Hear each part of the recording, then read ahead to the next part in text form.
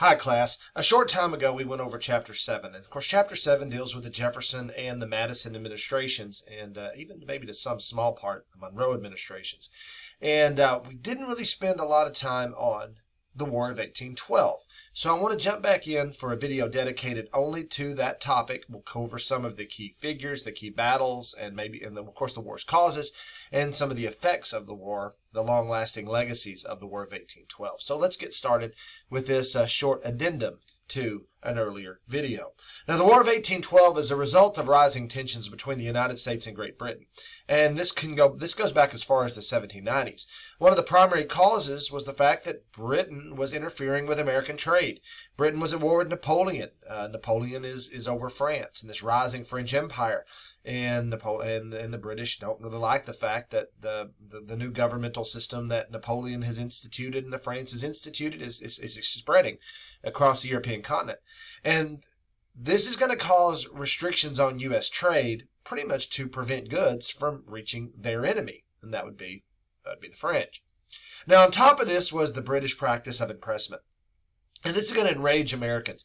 British naval vessels would stop American vessels. They would forcibly recruit sailors, many of which were American citizens. Now, some had deserted from the British Navy. That's true, but many of them had been in the United States long enough to become citizens now. Well, if you stop a ship and you find someone that was a former sailor, once an Englishman, always an Englishman was what they would say, and they would basically kidnap you and put you to work on one of the king's vessels.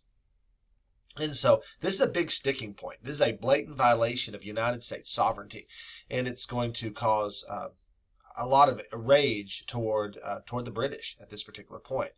Now, additionally, Britain is supporting Native American resistance against American expansion in what we then called the Northwest Territory. Today we call it the Upper Midwest. We're talking about the Great Lakes region, Ohio.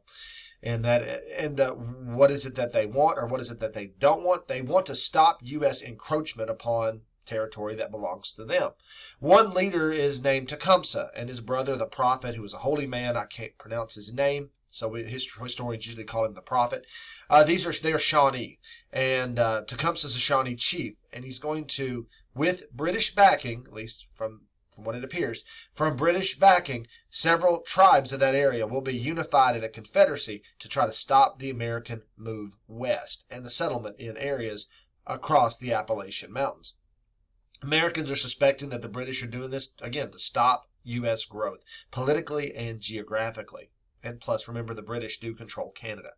So these issues, combining with rising nationalism and calls for territorial expansion, are going to push so-called war hawks in Congress, Henry Clay, who's a member of the House of Representatives from Kentucky, John C. Calhoun, senator from South Carolina.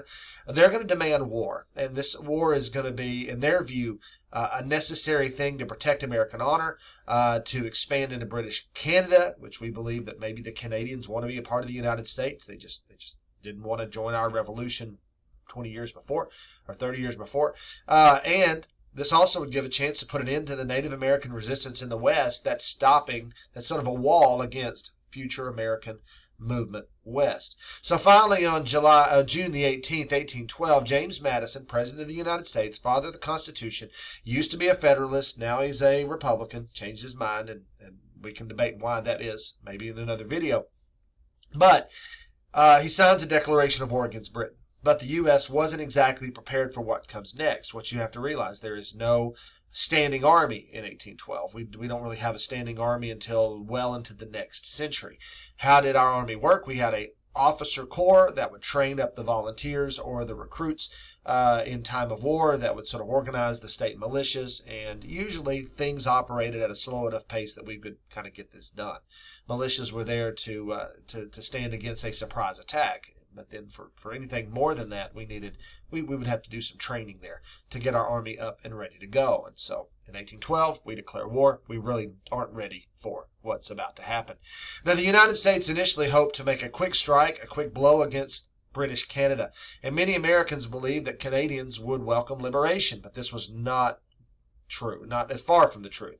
Early invasions, like the one led by General William Hull in 1812, ended in disaster. Some of his men wouldn't even cross out of New York into Canada because what's their view? I'm here to protect my state, not to invade Canada. Hull is forced to surrender Detroit without much of a fight, and that we burn the city of York. Of course, this is going to come back to haunt us later because the British are going to do some burning of their own.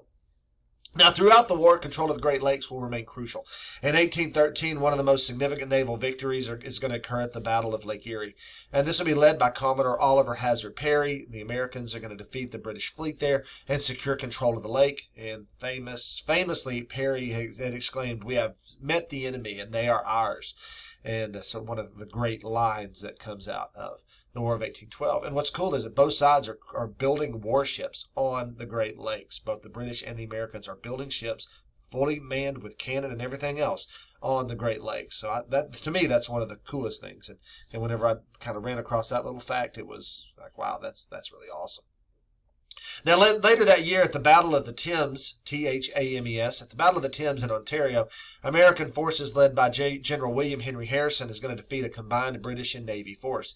Tecumseh, he's a charismatic leader of the Native American resistance, a Shawnee chief. And we've talked about him before, he's killed in this battle. And that's significantly going to weaken Native efforts to halt U.S. expansion, because with his death, the coalition, the Confederacy, if you will, sort of breaks apart. They all kind of go their own way. They don't have one element, one keystone to hold them together anymore. Now, while the U.S. had some success, Britain is going to strike back hard, especially after they have defeated Napoleon earlier in 1814 at the Battle of Waterloo. The British are going to launch twin offensive. The first one is going to be both on the East Coast. The first one is going to be toward the city of Washington, D.C., August 1814. And the British are going to set fire to the White House. They're going to set fire to the Capitol, leaving much of the city in ruins. Now, interestingly enough, a hurricane hits the city, Washington, D.C., about the same time. How many Americans would have died if they had evacuated the city? In fact, a tornado shears right through the middle of the Capitol building. Of course, all that rain probably would help to also put out some fires as well. So it might have mitigated some of the damage also. But it also prevents the British from really pursuing the American army any farther inland, which, again, has pretty much evacuated Washington, D.C. by the time. Now, the second part of the offensive happens in September of 1814, within about a month. And this assault is on Baltimore, and it's going to be repelled by Fort McHenry, which is there to defend the city of Baltimore, which is a major shipping hub. Why did the British want to go after Baltimore? Well, because they viewed it as a city of pirates. American privateers. These are ships that are raiding British merchant vessels, pretty much with the permission of the U.S. government. They hold these contracts called letters of marque, and the British really wanted to sort of smoke out this den of pirates, as it were. And so they attack Fort McHenry. They can't get closer to the city because some of the shippers have actually sunk their ships across the river there so that the British vessels cannot get close enough to use their cannons on the city itself.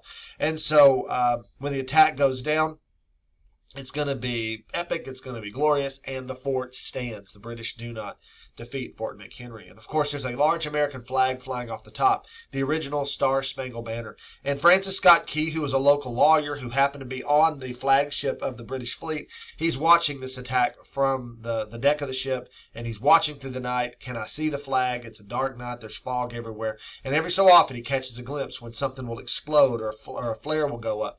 And he writes the Star-Spangled Banner, which eventually will become our national anthem. Then there's 4 verses to the national anthem. The first one asks the question, and the rest of them gives us the answer. So go check that out if you are so inclined. Just do a Google search. Again, pretty cool. All right, so moving on. After Fort McHenry, after the devastating defeat at Washington, D.C., we are going to have another epic battle. But this one happens actually after the war is over. So we'll get back to that in just a moment. This battle happens at New Orleans, and it's in January of 1815. Now, the Treaty of Ghent had already occurred about 2 weeks before. We are meeting, our folks and the British are meeting in Ghent, Belgium. They're discussing how do we end the war, and they've actually come to a conclusion well before the first shots at the Battle of New Orleans. But let's get to the battle first. General Andrew Jackson is going to lead a ragtag force of militia, free African Americans, Native Americans, and pirates. Yes, I said it, pirates, in a stunning victory against seasoned British troops at the Battle of New Orleans. These troops had hoped to win another battle, maybe to give their diplomats in Ghent a little bit more bargaining power, to demand more from the Americans, because right now we've won some, they've lost one. It's like we're at the end of the game and the score is tied. It's not going to be tied after the Battle of New Orleans. Jackson's defense, though, is going to solidify his status as a national hero. It's going to cement his image as champion of the common man. And although the Treaty of Ghent had officially ended the war several weeks before, Christmas Day 1814, news of the treaty had not reached New Orleans, making this battle seem even more significant at the time. In fact, this will not be the first time that slow communication is going to play a factor in this war. About 3 days before we declare war on Great Britain, because of the issue of impressment, the British are going to say, well, we just won't impress Americans anymore. We'll stop their ships. We won't take their soldiers. We might not have had a war if we had gotten the word that British was changing their modus operandi, but we didn't have the word, and we declared war, and we're like, we made a mistake. We'll go back. We're not going to do that. So anyway, so the Treaty of Ghent is going to restore what's called the status quo antebellum, as it was before the war. And that means that neither side gained or lost any territory. Issues of impressment and trade restriction had faded away, if they still existed at all. And this is largely due to the fact that the wars in Europe are over, and Britain doesn't need to so desperately replenish soldiers in their navy.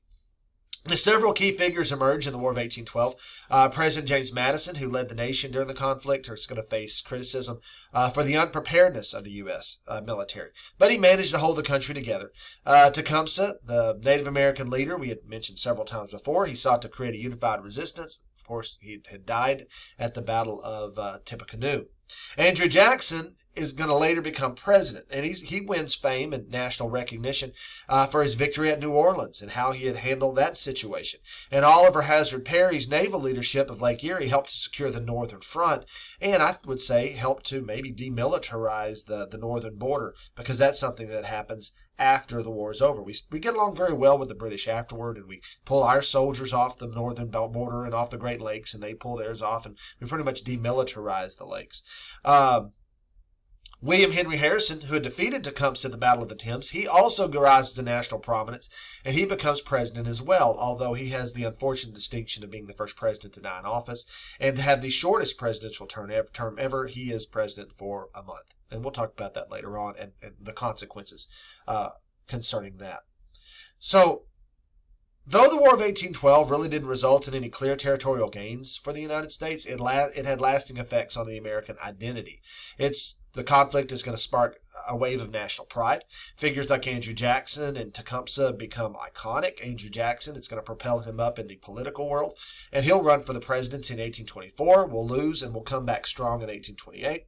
The war is going to prove that the U.S. could defend itself, that the American Revolution was not necessarily a fluke, and that, the fact that England's a major power and we didn't lose. So there's that. Now, this is going to set the stage for future expansion and growth. Now, one other thing I didn't mention was the Hartford Convention. And this is going to kill the Federalist Party, because there are Federalists in New England that didn't want to had to have any part of this war. They didn't want to be in it. They didn't approve of it, because it was, well, if you're going to war with England, you can't trade with England. And if you make your money off of ships, then there's going to be a problem. And so the Hartford Convention, there's actually talk about New England seceding from the United States, secession. It doesn't pass. It never really gets beyond the conversation stage, but it, in theory, is something that a number of important folks in New England feel like maybe they should do, because they don't agree with the overall direction of the country at the time. So, because these are predominantly old Federalists, they are rather embarrassed, because what was their number one reason? Well, we can't win the war. Well, we just did. At least we didn't lose it. And so going forward, there will be no Federalist Party. And we'll talk about in future chapters. We're entering into a period called the Era of Good Feelings, in which we just simply have one political party, and that'll be the National Republicans. And that'll be the case until the rise of Andrew Jackson's Democrat Party in the 1820s. So I hope this has been helpful. Again, a little bit of an addition to an earlier video. If this has been helpful to you, give me a thumbs up just so I know that you like it and you want more videos like this to help you with your classes. And I'll see you down the road. Take care. Good luck on your exams.